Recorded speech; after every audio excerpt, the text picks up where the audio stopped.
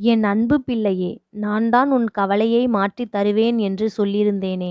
ஆனால் நீ கவலைப்பட்டாய். இப்போது பார், அனைத்துமே மாறிவிட்டது. உடனே கவலையால் நாம் இருந்த வாய்ப்பை இழந்துவிட்டோமே என்று அதற்கும் ஒரு கவலை உருவாக்காதே.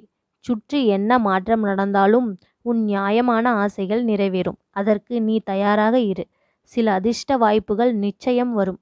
நீ அதிர்ஷ்டத்தை தேடி அலையாதே. இனி அதிர்ஷ்டம் உன்னைத் தேடி வரும். நீ வாய் திறந்து சொல்ல முடியாத வேதனைகளை நான் கண் திறந்து பார்த்து கொண்டுதான் இருக்கிறேன். நிச்சயம் உன் வேதனைக்கு நல்ல முடிவு வரும். இது சத்தியம்.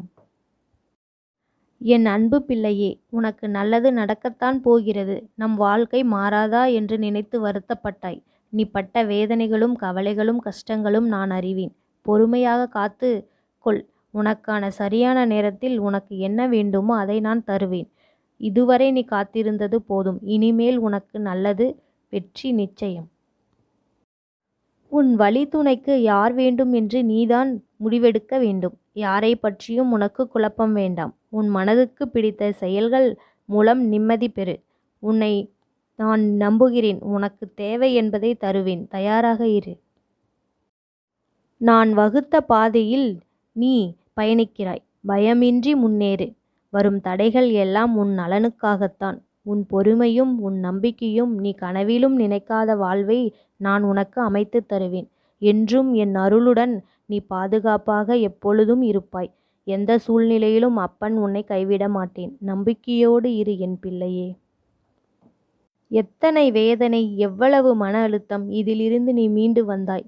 காலம் ஒவ்வொரு துன்பத்திற்கும் பின்பும் கண்டிப்பாக ஏதோ ஒரு மகிழ்ச்சி ஒளிந்திருக்கிறது. சிலரின் உண்மையான முகத்தை நீ உணர்ந்திருப்பாய். அதை உணர்த்தவே சில துன்பங்கள் வந்தன.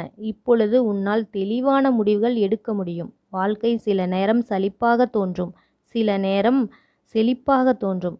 அது உன் மனதில் கற்பனை பிம்பமே. உன்னால் எப்பொழுதுமே மகிழ்ச்சியாக இருக்க முடியும். எப்பொழுதும் நீ மகிழ்ச்சியாக இரு என் பிள்ளையே.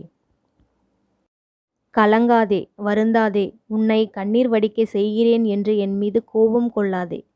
உன் தந்தை நான்.